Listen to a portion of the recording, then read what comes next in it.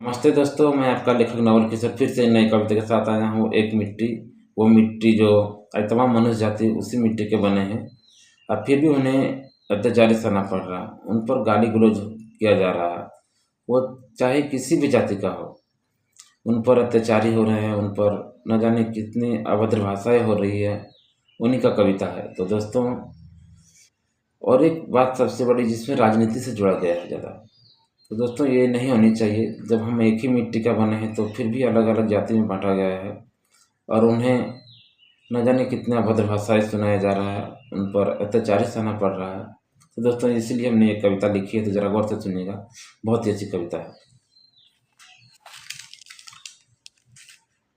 सब मनुष्य हैं एक जाति, सब मनुष्य हैं एक जाति, बाकी जीव जंतु हैं अन्य जाति। सब मनुष्य हैं एक जाति, बाकी सब जीव जंतु हैं अन्य जाति। फिर क्यों लोग कहते हैं जाति जाति, सब जीव बने हैं एक ही माटी।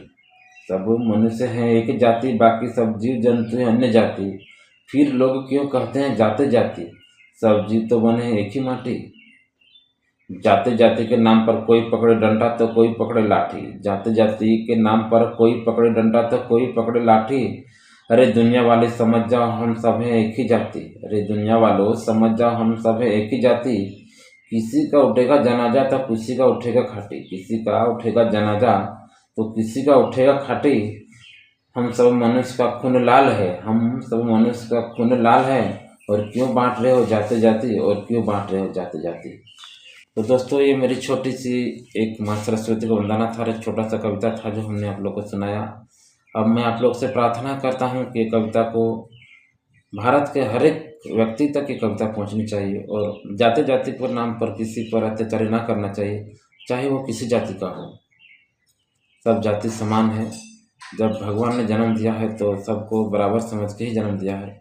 आज किसी घर में एक बेटा पैदा होता है या बेटी पैदा होता है तो उन पर समान अधिकार दिया जा रहा है। तब भगवान तो ये सोच समझ के ही हम लोग को सबको पैदा किए हैं, ताकि सबको एक जैसा सम्मान, मान, इज्जत, प्राण प्रतिष्ठा मिलनी चाहिए। यही आप लोग से प्रार्थना है। जाते जाते के नाम पर राजनीति ना होना चाहिए। इतना कहकर मैं अपनी कविता को समाप्त करता हूँ। नमस्कार, जय हिंद, वंदे मातरम।